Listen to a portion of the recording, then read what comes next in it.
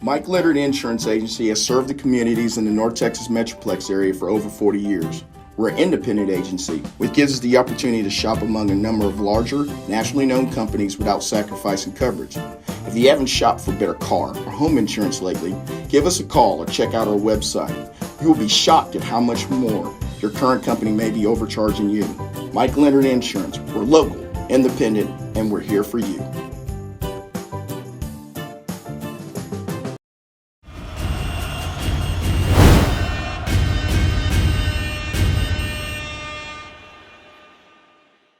Coach Jamie Driscoll. Coach, if you'll introduce your two student athletes. Right here, number 2, I've got Chauncey Hall, and number 12, I have Mike Jones. Coach, to start things off, just your initial thoughts about winning the state championship. Man, just so proud of the kids. These last 2 games, they showed so much grit just to get to just to give us a chance at the end there. And we played 2 great teams with Brock, and then of course Franklin this afternoon, and both great programs. And our kids just found a way, and not sure how, but we just found a way. And we got the turnovers against Brock, and then of course today we just held on, and just hats off to our defense, Coach Watkins and his guys, and then of course the kids. And then offensively we did what we had to do, and again, I'm just so proud of our kids. Questions from the floor? Coach, you talked about your defense. You're up 14-0, 14-7. Talk about their composure and their poise in preventing the opposition of putting more points on the board. I know that on the field, I know they looked a lot more calm than I was. A lot of boys and just a lot of grit. They were on top of things out there. They knew what was kind of coming. They knew what was going on. We just had to tackle. We were getting there and making plays, but you know Franklin's kids are really tough to tackle and run the ball hard. And so once we kind of got them out of their comfort zone of running the ball a little bit, and they had to throw it some more, we were kind of on top of that and broke up some big passes. And so again, hats off to the kids. Just so proud of how they competed there at the end. I guess that's the word to use, is competed. So they're battle tested coming into the season, correct? Yes, sir. I mean, we played some games earlier this season that they weren't real competitive, to be honest with you, and we were concerned once that happened, how was our kids going to handle it? That was a big concern for us. And, man, they handled it. They couldn't have handled it any better. And just, again, extremely proud of them, extremely proud of the coaching staff for getting them ready, and just hats off to those guys, man. Coach Jones, how's your wrist? My wrist is fine. Everything's good. My thumb's throbbing a little bit from last week, but it'll be all right. Your thoughts? A lot of folks were talking about those who were aware that you had an injured wrist and were wondering if you were going to be able to walk it out. It didn't look like you had anything wrong with your wrist. You played 100%. No, it was my thumb. It wasn't my wrist. Okay. Playing the Brock game, I threw a ball and the kid smashed it. I thought I broke it, but I had a bunch of treatment on it. Went to a place to get a bunch of treatment on it, and I mean it was hurting a little bit, but I just had to go through it and play through it. So Second round. You two guys have been through a tough season like this last year.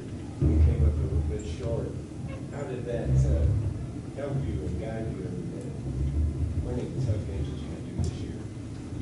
I think it lit a fire in us. I mean, getting back to the Brock game, I know it lit a fire in me. That was my only goal, was to get back there. And then after that, it was just to win this game, and that's what we wanted to do. So yeah, I think it just lit a fire in us. Mike, you were able to get the tough runs of 5-6 yards, but weren't able to break that big one. But you kind of went to your Mr. Reliable there, Chauncey. Just kind of what did you see the early one, and then early in the third quarter, what did you see to kind of hit him deep both times? And before the game, he really wanted the ball a lot. So, I mean, all week we just had a bunch of plays in for deep balls for Chauncey. And on I think it was the second one, the safety dropped back a little deep, and I was like, Chauncey can get behind him. So I threw the ball behind him, he was in the end zone and snagged it. So, yeah. And Chauncey, what were you able to do to kind of create separation on both those and catch up for number 12 there? We worked on that a lot this summer with the training. We've been through it, just get behind him and trust him. I know whenever he throws it, I'm going to go get it. So. What about Chauncey and Mike? How would you describe the experience of playing at AT&T? It's unbelievable. It's weird. I mean, the sun coming through. It's massive. but it's unreal. Like, it's unreal. No, can't explain it. Yeah, it's crazy. As a kid, people dream of this, so some people don't get to do it, but it's unreal. Coach Driscoll, earlier in the week you said later in the year y'all start using Mike more on defense, in the playoffs. But just first off, what about him as a leader, as a quarterback these last few years? And then what about the plays he made on defense that helped y'all too? Well, both these guys, I've been asked this question, what's the difference in this team and prior teams? And these two guys, especially Chauncey, Mikey, probably Doc and Josh Garcia, we've never had leaders like them. They're the best leaders that we've ever had. Now, we've had some good leaders, don't get me wrong. But they actually took guys by the hand throughout practices and times and said, this is how you do it. And, they tried to keep it as upbeat as possible when it's 100 degrees in August and September and it's tough. And it's, the season's a long grind, man. And everybody's going to have their ups and down days. Well, these guys, as much as they could, kept it as upbeat as possible. And, they let us be kind of the bad guys at times if we had to do the butt chewing, and they were the guys that kind of drug them along a little bit. And we've never had leaders like these guys, and I really do believe that that's the difference in why we're here and why we won this game. Coach, so what's it been like building at Malakoff over the past decade? Man, it's been awesome. It's been a whole lot of work from a whole lot of people. I'm getting to be in front of the microphone here, but there's a whole lot of people behind the scenes that deserve just as much credit as I do. Obviously, we got great kids and great players. Excuse me. But our coaching staff, it's important to hire people smarter than you. So those guys, the staff, first of all, they stuck with us for the most part for a long time, and we just know each other and how each other thinks and all that. And then they get the best out of the kids. They're all in for kids being successful. They try to put these guys in a situation out in the game to where they can be successful. Whether we're talking about offense or defense or whatever. And so the climb to this journey, it's been great. It's totally different now than what it was back in 2009. I mean, we had to kind of lay the hammer down back then. And these guys, it's not like we had to do that much. I mean, these guys, they showed up with a goal. They were here to work for it. When our kids show up for athletics, they know we're going to go to work. And it's just a culture that has just slowly evolved. And thanks to kids like these that have totally bought in, we can't ask for anything better. And so the journey, it's been a long journey, but it's been well worth it now. Well worth it. Chauncey, as the game, the clock's hit 0, I watched you said in the church for about a good 3 minutes after the game was even over, man. Just what was going through your mind? I couldn't find him. Is that what it was? I couldn't find him. No, I was just trying to get it all in, soak it all in. Still can't believe we won. So I was just trying to soak it all in. It's amazing. With the success that you had today on the offensive side, I'm sure that's what everybody expected. But kind of talk about defense. What did you do this week mentally? What did you do to prepare defensively? They had me locked on 8. So I'm always really locked on their best receiver type of guy. So all I had to do is just new position too. I was in a new position at safety. I'm really a corner. So I just had to watch him, keep my eyes locked on him, and work on play my technique. Coach, that first quarter fumble by Franklin was another big turning point.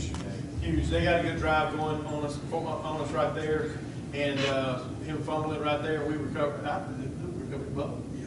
Yeah, that was probably the play of the game, to be honest with you. You wouldn't think it would be in the first quarter, but that was huge. It kind of took their momentum from them a little bit. They had, again, put together a great drive, and it's just tied up.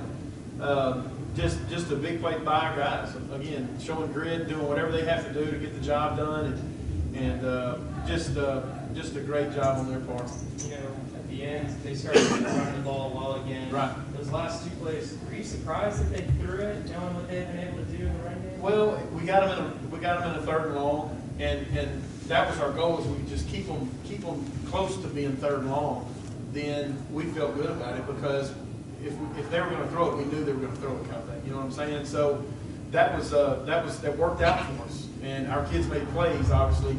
And I think it was like 3rd and 7 or something like that. And so I thought they would throw it at that time. I really did, just because they weren't getting the yardage that they had been getting. Does that make sense? Yeah. you know, what were you guys able to do so well up front to contain your inside run game? Because teams really haven't been able to do that the last few weeks. You know, I think it starts with our D-line. I mean, Doc and Daniel Morrell, Michael Elliott had a great game. Jalen Smith, those guys, I mean, they're fighters in there, and just tough kids that get after it. They have a lot of talent, but they're even tough. They're tough, you know, and that's a huge difference. Obviously, Parker Bush, I think he got the DMVP. Parker Poteet, he got the DMVP, and he had a great game. He had lots of tackles, you know, because of that D-line. And guys just flew around. That back, number 1 for them, Jackson. I mean, he's a great back. Number 8, great player for them. And we were worried about tackling those guys for 4 quarters, and we did. You know, we did. I think that's the difference. For the players, Coach, talk about what great leaders y'all are. Is that something you had a conversation with yourself about, or is that just something you naturally have?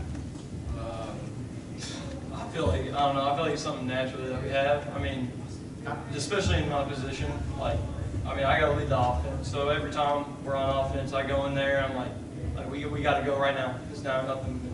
I guess that's just how I feel about it. As a senior, you know, all you want to do is just want to stay. So you just got to keep everybody in line and show work as a coach, but not as really as a coach. So just keep everybody in line. The deal is both these guys are very intelligent. And like this guy here, he's been playing with us a long time. He's been on the varsity a long time. And he knows everything. He knows every position as a receiver.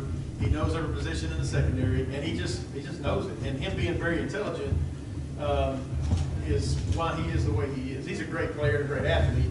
But his intelligence and just his sense of leadership.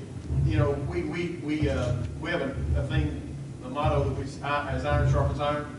He's all about making the players around him better. He's a good player, but he made the players around him better. Mikey's the same way. He's all about making the guys around him better, doing whatever they had to do to make the guys that are around them better. Coach, I didn't get a chance to see you because I was upstairs coming downstairs. Did you do your push-ups? We didn't. And We didn't. if you didn't do your push-ups, would you explain the push-ups and why it's so important? Sure. All right, so we started this probably, gosh, you guys were junior high. It's probably been 14, 15 years ago. Every day at the end of off season, right? Every day, no matter what. Every day or every game that we get done on Friday nights or whatever, we end with 7 push-ups. And we don't count them. We say the motto is every decision I makes affects the team. And we live by it, and they live by it. And you know, as a coach, you're worried about them, you know, going out there making a bad decision away from school or something like that, or in school. And they just have to understand that especially these two knotheads, is the decisions they make affects this whole team. And we've had several kids like that, and I think they finally took it to heart. I mean, we say it every single day. We get done lifting, they're exhausted. We get done running, they're exhausted. We're getting our 7 push-ups. And they hold me accountable after games. Coach, we got to get our 7 push-ups. So it just lets you know what kind of special kids that we have out here, right here, and obviously in the dressing room. Mike might be a little bit before your time, man. Just kind of explain what the cool name, what the kids. I never went by that really when I was young. Everybody called me Mikey, and it's really started last year when I got the starting position as a quarterback. People started calling me Mike, and I knew about the rapper, I guess, already, and some people were just, no, it actually started in middle school. I forgot about that. It did start in middle school. We had coaches that have left already. It was Tyler Bobanks and Coach Humphreys, and we had a bet. They had a bet that I wouldn't do it during pep rally in middle school, and I went up, and I was just like, it's your boy Mike Jones, and the whole football team would just say, who? And I kept on doing it, and then it just, I guess it kept on. It will just keep on saying it, so I like it. You already had those copies. One more question. Coach, you guys have been so good for so long with so many teams, go back to 2018, but for this group to cap this off, not only does it cap off this season, but the work that all these guys have done so far to get this state championship, what does that just mean to this group, this community out here? Well, I said it out there on the field that I want all the ex-players to understand that they're a part of this. We started in 2009, and we made the playoffs every year and won a few district championships and stuff, but it really got going in 2016. And the ex-players that we've had from 2009 all the way through, probably about 300, 350 kids, something like that, I don't know. they're a part of this. They're part of the reason that we have won. We've learned lessons from maybe their losses. And I just want them to know that they're a part of this as well. I wish we could get them all to know. But this is a group that's earned it. And just so proud for our ex-players and our true fans and true supporters that we have in Malakoff. Thank you. Congratulations.